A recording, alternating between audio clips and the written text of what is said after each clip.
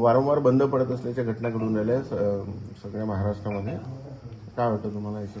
नाही बघा, महाराष्ट्रामध्ये ज्या निवडणुका आता होत आहेत या पारदर्शी होत आहेत का? हे अजिबात नाही.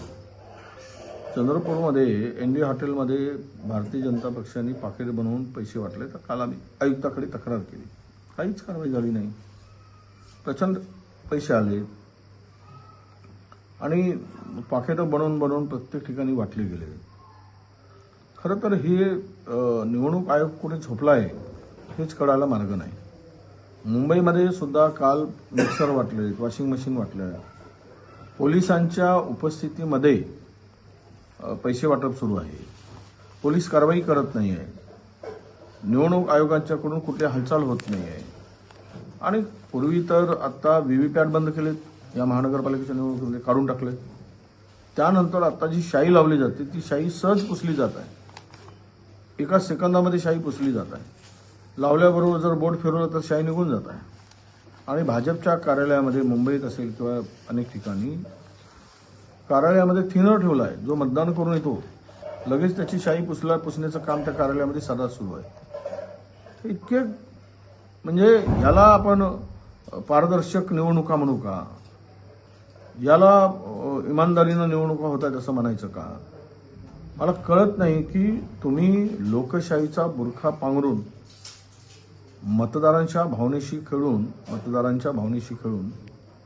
हुकुमशाही लादत आहात. हे आता स्पष्ट आहे. पण ह्या ज्या घटनाच्या समोर असं जेव्हा तुम्ही म्हणता तेव्हा विरोधी पक्ष म्हणतो की यांना पराभव समोर दिसू लागलेला. आता त्यांना एकमेवच मार्ग दिसतो, एकमेवच त्यांचा एका लाईनीमध्ये ते असलेले आरोप फेटाळतात. तर शाही निघत आहे की नाही? मी आता आयुक्तांना फोन केला चंद्रपूरमध्ये आणि त्यांना सांगितलं शाही निघून जात आहे. मला आत्ता प्रभाग क्रमांक 3 मधून फोन आला. आमच्या उमेदवारांनी फोन केला की भाऊ शाही लावलेली पटकन निघत आहे. पूर्वी शाही आठवड्याभर निघत नव्हती, ते कातळं निघायचं पण शाही निघत नव्हती.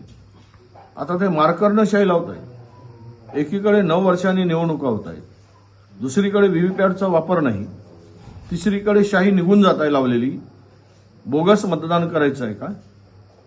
आणि बोगस मतदान करून निवडणुका जिंकायच्या, हा त्यामागचं षडयंत्र आहे.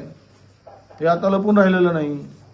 भारतीय जनता पक्ष बेईमानी केल्याशिवाय, पैसे वाटल्याशिवाय, यंत्रणांचा वापर केल्याशिवाय निवडणुका जिंकू शकत नाही. हे सगळ्यांना माहीत आहे, हे भाजपला माहीत आहे. त्यामुळे भारतीय जनता पक्ष या सगळ्या गोष्टीचा वापर करत आहे.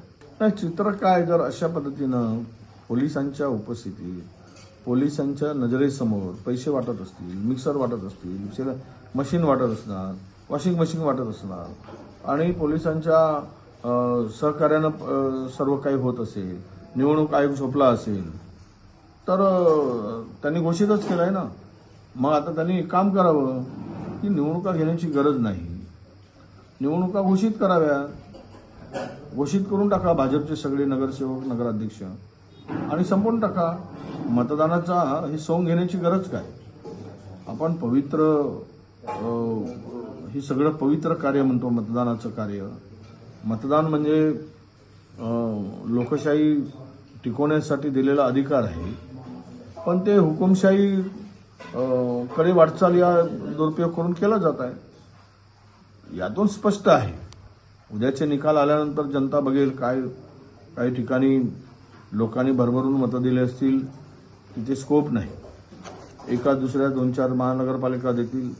पण मुंबईसाठी जिंकण्यासाठी जो काही पद्धत आता मुंबईत अवलंबली जात आहे, हे मात्र मुंबईमध्ये मुंबईची वाट लावण्यासाठी, मुंबई गिळंकृत करण्यासाठी, मुंबई गुजरातच्या दावणीला बांधण्यासाठी, मुंबईवर मुंबईतला मराठी जो मूळ माणूस आहे त्याला हद्दपार करण्यासाठी हे सर्व काही चाललेलं आहे.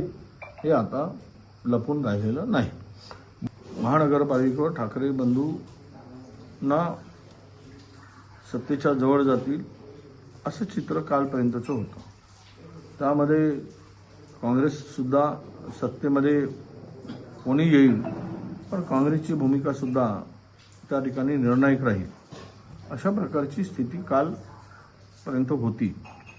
पण काल रात्रभरामध्ये जो धिंगाणा घातला गेला मुंबईत, ज्याला उभा धिंगाणाच म्हणू, त्यातून आज मतदान झाल्याशिवाय आणि मतदान पूर्ण झाल्याशिवाय परिस्थिती आज आम्हाला विशद करता येणार नाही.